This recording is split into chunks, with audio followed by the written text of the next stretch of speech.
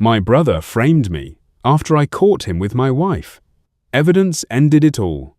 I always believed trouble would arrive loudly, with shouting, anger, and broken things. I believed it would warn you before it entered your life. I was wrong. The real trouble came quietly. It wore the face of normal days and hid inside habits I almost ignored. That is how it wins at first. My name is Daniel. I live a simple life. I work, I come home, and I value peace. I am not a man who raises his voice. I believe calm people notice more, and rushed people miss the truth. That belief shaped how I lived, and later, how I survived. My brother Aaron was the opposite. He loved attention. He spoke loudly, laughed loudly, and believed he was smarter than everyone else in the room, especially me. He reminded me often, usually with a smile that felt more proud than kind. He liked being seen. He liked being admired. He started visiting my house more often. At first, I told myself it was normal. Family checks in. That's what brothers do. He said he missed me. He said my living room felt peaceful. He said my home felt better than his. I believed him because believing was easier than questioning my own brother. Looking back, that was the first door I left unlocked. My wife, Laura, never complained about Aaron's visits. She smiled when he arrived. She laughed at his jokes. She offered him tea without being asked. I told myself that was kindness. I told myself I was lucky to have a calm home where everyone got along. But peace can be a disguise. Slowly, something felt off. Aaron started coming over when I wasn't home. Laura said he asked first. Aaron said Laura invited him. Their answers matched just enough to sound true, but never enough to feel natural. I didn't argue. I didn't question them directly. I listened. Listening felt safer than accusing. I didn't want to create problems where none existed. I didn't suspect anything serious at first. Not truly. What I noticed instead were patterns. Every time I worked late, Aaron showed up. Every time I left early, he stayed longer. It felt like a clock ticking louder at night. You don't panic when that happens. You just notice. Aaron seemed comfortable. Too comfortable. He moved freely through my house. He leaned back on my couch like he belonged there. Sometimes, when he thought I wasn't watching, he smiled to himself. I didn't know it yet, but listening was the first step in my revenge. I also noticed how Aaron spoke to me. One evening, he leaned back on my couch and crossed his arms like he owned the place. His voice was relaxed, almost amused. "You're lucky," he said. "You've got a good life handed to you." "I worked for it," I replied. He laughed. "Sure you did." That laugh stayed with me longer than it should have. It wasn't friendly. It felt knowing, like he was holding a secret I wasn't part of. Around that time, I installed CCTV cameras in the living room. I told myself it was for safety. There had been thefts in the neighborhood, missing packages, scratched cars. It felt responsible. The cameras were simple. One in the corner, one near the hallway. They recorded all day and saved automatically. Every night, before bed, I reviewed the footage. It became a habit, like brushing my teeth. Most days, nothing happened, and that made the days when something did happen impossible to ignore. The first thing I noticed seemed harmless. Aaron sat too close to Laura. He leaned in when he spoke. She didn't move away. I told myself cameras can lie. Angles confuse things. I chose calm over conclusions. Then Laura touched his arm. Not quickly, not by accident. Her hand stayed there while she laughed. I paused the video. I didn't feel angry. I felt focused. I reminded myself not to guess. Guessing creates stories, and stories create mistakes. I needed facts, so I watched more. Over the next week, I reviewed every recording carefully. I didn't rush. I didn't skip. I started writing notes in a small notebook. Dates, times, movements, moments that repeated themselves. The cameras showed things I had missed before. Aaron walked through my house like it belonged to him. He opened drawers. He stood behind Laura when he thought no one was watching. His confidence looked different on camera. less charming, more careless. Laura changed too. Her smiles were softer, quieter, not meant for me. The betrayal didn't hit me all at once. It arrived slowly, like rain soaking into the ground. By the time I accepted it, I was already standing in it. I didn't confront them. People expect shouting in moments like this. They expect anger. But shouting warns your enemy. Silence lets them keep making mistakes. I stayed calm, and calm kept the truth visible. Then something changed. One afternoon, I came home earlier than usual. The house smelled strange. Sweet and sharp, not food, not cleaning spray. I stopped in the doorway and breathed in again. I knew that smell. The living room looked normal, too normal. Everything was neat. The couch was straight, the table was clean. But the smell stayed, hiding under air freshener. That night, I reviewed the cameras more carefully than ever. The footage showed Aaron arriving while I was at work. He didn't sit. He didn't relax. He carried a small bag and moved quickly. He placed it behind the bookshelf, out of normal sight. Then he waited. Laura stood nearby. She looked nervous. She kept glancing at the door. Aaron smiled. Not a friendly smile. A winning smile. I paused the video and leaned back in my chair. This was no longer just betrayal. This was a setup. I didn't panic. Panic makes people sloppy. Instead, I backed up the footage, saved copies, and labeled everything clearly. The next morning, the police knocked on my door, and Aaron thought he had already won. The police were polite when they entered my home, calm, professional. They explained there had been a report and asked if they could look around. I said yes without hesitation. People with nothing to hide should not act afraid. They found the planted cannabis within minutes. It was exactly where the footage showed Aaron had placed it. One officer glanced at me, his expression unreadable. I could tell this was the moment Aaron had planned for me to panic. I didn't raise my voice. I didn't argue. I didn't accuse anyone. I said one sentence. I have CCTV footage. Everything stopped. The officers looked at each other. One of them asked if I could show it. I nodded and explained the cameras recorded automatically. I didn't show everything, just enough to create doubt, just enough to slow the moment down. Aaron had planned chaos. He expected fear. He expected confusion. What he didn't expect was preparation. At the station later that day, time felt thick. The lights were steady. The room was quiet in a serious way. I sat calmly, hands folded, breathing evenly. I had already done the most important thing. I had stayed in control. An officer named Collins sat across from me at the station. He wasn't rude, and he wasn't friendly either. He was careful. That told me he was listening closely. "You're saying the substance was planted," he said. "I'm saying I didn't put it there," I replied. "And your brother did?" "I'm saying I have footage of someone putting it there." There is a difference between accusing someone and stating facts. I stayed with facts. They left me alone for a while. I didn't watch the clock. Anger wouldn't help me. Panic would only make me look guilty. I focused on breathing evenly and thinking clearly. When Collins returned, he looked thoughtful. "The footage you showed us raises questions," he said. "Good," I replied quietly. Later, they asked if I had more footage. That was the moment I had been waiting for. I told them yes, but explained it would take time to review properly. I handed over a flash drive, time-stamped, unedited, organized. "This will take time," Collins said. "That's fine," I answered. "Time helps the truth." And that was the moment my revenge officially began. After I handed over the flash drive, the room felt different. No one said it out loud, but I could sense the shift.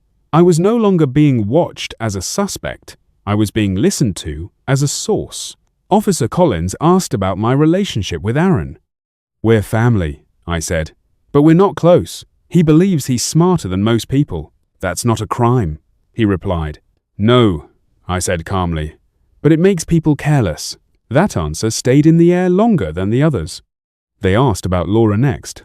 I didn't rush. "We've been married 6 years," I said. "Lately she's been distant." I didn't add emotion. Records don't need emotion. They wrote things down and nodded. Later, I was placed in a small holding room, not a cell, just a bench and a camera in the corner. I sat quietly and thought about Aaron. I imagined him confident, smiling, telling himself everything was under control. That confidence was his weakness. Several hours later, 2 officers returned. "Your brother appears on the footage multiple times," one said, "carrying a bag." "Yes," I replied. "Your wife was present." "Yes." They looked at me differently now. "You'll be released while we continue investigating," Officer Collins said. That was the first crack in Aaron's plan. When I returned home that night, the house felt wrong. Not broken, just hollow. Laura was gone. She had left a short note on the counter. "I need space. No apology. No explanation." I folded the note and put it away. Emotions can wait. Evidence cannot. The next day, I reviewed the CCTV footage again. Not because I needed proof, but because I wanted to understand behavior. That's when I noticed something new. Aaron looked directly into the camera once and smiled. It wasn't confidence. It was pride. He believed he had already won. He believed the police scare would be enough to break me. That afternoon, Officer Collins called. "We spoke to your brother," he said. "His story doesn't match the footage." I closed my eyes. Not in relief, in focus. "What happens now?" I asked. "We proceed carefully," he replied. False reporting is serious. So is evidence planting. Aaron had expected speed, shock, confusion. Instead, he got silence. A day later, Aaron finally called me. "You didn't have to take it this far," he said. "I didn't move at all," I replied. "I stayed where I was." He paused. That pause told me everything. Aaron had always believed confidence could replace truth. If he talked long enough, people would stop questioning him. That worked with family. It didn't work with investigators. When he called again later, his voice was sharper. "That footage," he said. "You knew what you were doing." "I installed cameras for safety," I replied. "I review them daily." "You're acting innocent." "I am innocent," I said. He laughed, but it was forced. "You always were boring." I said nothing. Silence does something powerful. It forces the other person to fill the space. "They're twisting things," he continued. "They don't understand context." "Context is time and behavior," I said. "The footage shows both." He ended the call quickly. And for the first time, I knew Aaron was afraid. A week later, I was asked to return to the station to give a formal statement. This time felt different. I was thanked for coming. I was offered water. Small details, but they mattered. Officer Collins explained they were comparing timelines, phone records, entry times, call logs, the exact minute the police report was made. "The report came in 6 minutes after your brother left your house," he said. "That's precise," I replied. "Precision helps," he said. Aaron's confidence had pushed him to move fast. He thought speed meant safety. Instead, it created alignment. Every part of the timeline fit together too cleanly to ignore. As Collins spoke, I realized something. I wasn't defending myself anymore. The truth was moving on its own. They asked me to walk through my daily routine. I explained my work hours, my habit of reviewing footage each night. I explained the notebook I kept, dates, times, nothing emotional, just patterns. "That consistency matters," Collins said. I nodded. Aaron had relied on charm and pressure. I had relied on routine, and routine doesn't forget. Later that day, Laura sent me a message. "We need to talk." I agreed, but only in a public place. A cafe with windows, noise, and people around. Clear spaces prevent messy stories. She arrived late. Her eyes looked tired. She sat across from me and stared at the table for a long moment before speaking. "This wasn't supposed to happen," she said. "I didn't plan it either," I replied. She told me Aaron said I would panic, that I would shout, that I would ruin everything for myself. He had sounded confident when he said it. "I don't panic," I said. "I document." She swallowed. "He said the police would scare you." "They didn't," I said. She nodded slowly. "I made a mistake." "Yes," I replied. "Several." She asked if I hated her. Hate is loud, I said. I'm choosing quiet. That answer ended the conversation. When we stood to leave, I didn't feel victory. I felt distance. And distance is often the beginning of clarity. Over the next few days, Aaron's story began to change. First, the bag wasn't his. Then, he didn't know what was inside. Later, he said he was holding it for someone else. Each version sounded confident on its own. Together, they collapsed. Officer Collins updated me by phone. "Your brother has revised his statement again," he said. "I understand," I replied. "People who tell the truth don't need revisions," he added. Aaron, meanwhile, grew louder. He complained to relatives. He posted vague messages online about betrayal and unfair treatment. He wanted sympathy. He wanted noise. I said nothing.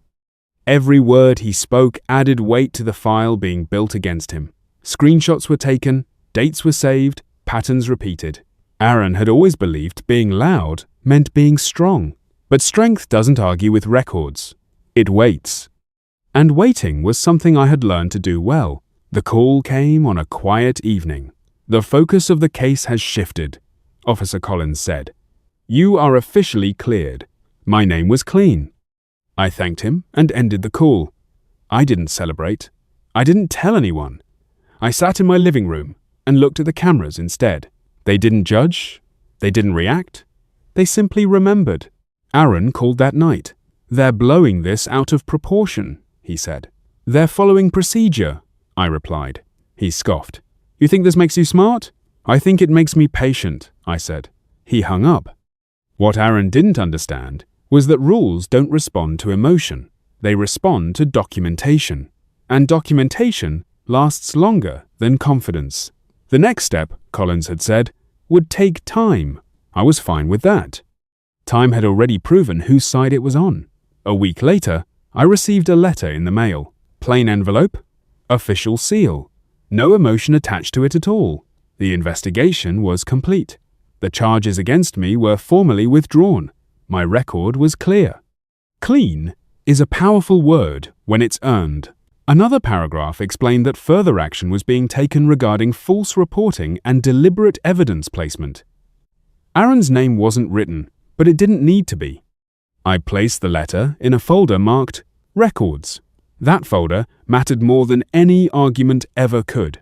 I sat at the kitchen table for a long time after that, not thinking about Aaron, but about how close I had come to losing everything without ever raising my voice. Justice didn't arrive with noise. It arrived in order, and order, once established, is hard to undo. A week after the letter arrived, I was asked to attend a formal hearing as a witness, not a confrontation, not an argument, just a room, a schedule, and people following rules. Aaron was already there when I arrived. He looked different. Not smaller in size, but smaller in presence. His suit was neat, but his hands moved too much. His eyes searched the room, looking for reassurance, for support, for control. He didn't find it. When he noticed me, he tried to smile. The old smile. The one that used to work. I didn't return it. I took my seat and waited. During the hearing, I spoke only when asked. I answered slowly and clearly. I didn't add opinions or feelings. Facts don't need decoration. The CCTV footage was shown on a large screen. Dates, timestamps, movement, the order was impossible to argue with. Aaron's previous statements were read aloud, side by side. The differences were obvious.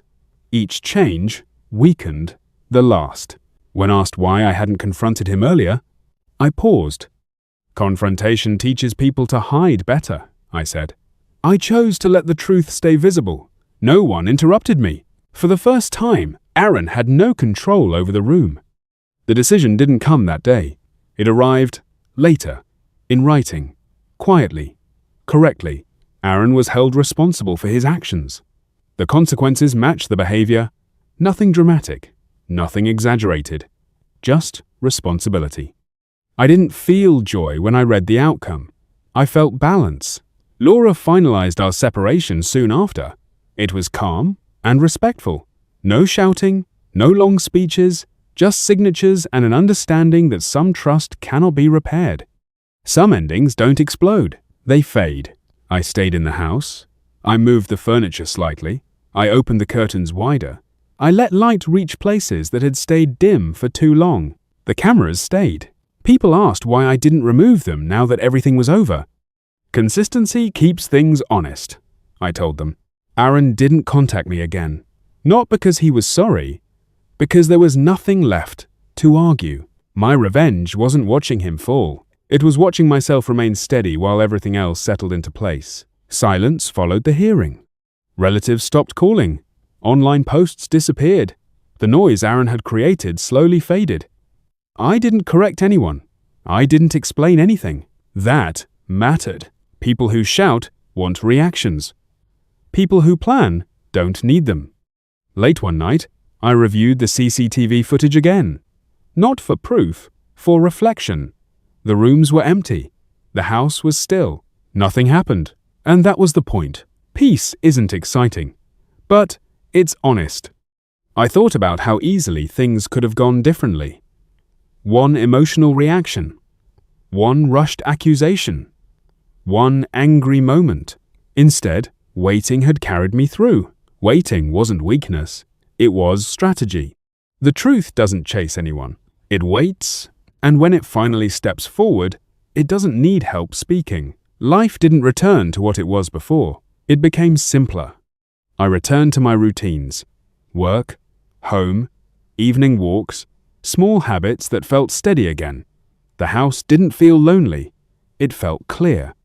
I donated things that held old memories.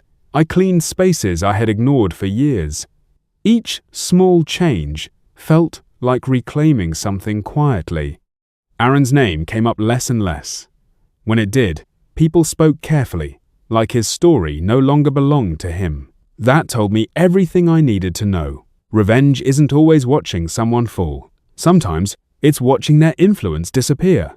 Aaron had lost something more important than reputation. He had lost control of the story, and I didn't need to say a word to make that happen. I kept the cameras, not out of fear, out of respect for truth. Every night, I reviewed the footage. Most nights, nothing happened. And that was a good thing. Consistency is powerful. I thought about how close I had come to reacting too early. If I had shouted, Aaron would have hidden better. If I had accused, he would have denied longer. If I had rushed, I would have lost control. Instead, patience had done the work for me. Aaron never reached out again. Some people mistake silence for pride. I saw it as understanding. He knew there was no version of events where he came out ahead, and that realization was enough. I didn't rush into anything new. I let life rebuild at its own pace. Quietly, honestly, on my own terms, there came a day when I realized I had stopped checking for updates. I hadn't looked at my phone for missed calls. I hadn't wondered what Aaron might be saying or doing. The thought simply didn't appear. That was new. For weeks, part of my mind had stayed alert, like a guard standing watch, waiting, measuring, ready to react. But that morning, the guard was gone. I woke up calm, not because I was forcing myself to be, but because there was nothing left to defend. The situation had settled. Not because I pushed it to end, but because it had reached its natural conclusion. That was when I understood something important. Revenge has a final stage most people never talk about. Detachment. When you no longer need the outcome to feel complete, you've already won. Aaron still existed somewhere in the world, but he no longer had access to my thoughts. That loss was heavier than any official consequence. I didn't block his number. I didn't warn him to stay away. I simply moved forward. And forward is the one place manipulation can't follow. People often think strength looks like action. Loud action. Fast action. Something everyone can see. I learned that sometimes strength looks like restraint. There were moments when I could have spoken up. I could have corrected rumors or shared details. I could have defended myself in public. But I didn't. I let silence do the work. Silence filters truth. People who care enough notice patterns. People who don't were never meant to understand. I didn't waste energy trying to control opinions that didn't matter. Instead, I focused on living well, sleeping better, thinking clearly, returning to routines that felt solid and honest. That became my quiet revenge. While others explained themselves, I improved. While others defended stories, I built a future that didn't need explanation. Nothing about it was rushed. Nothing was forced.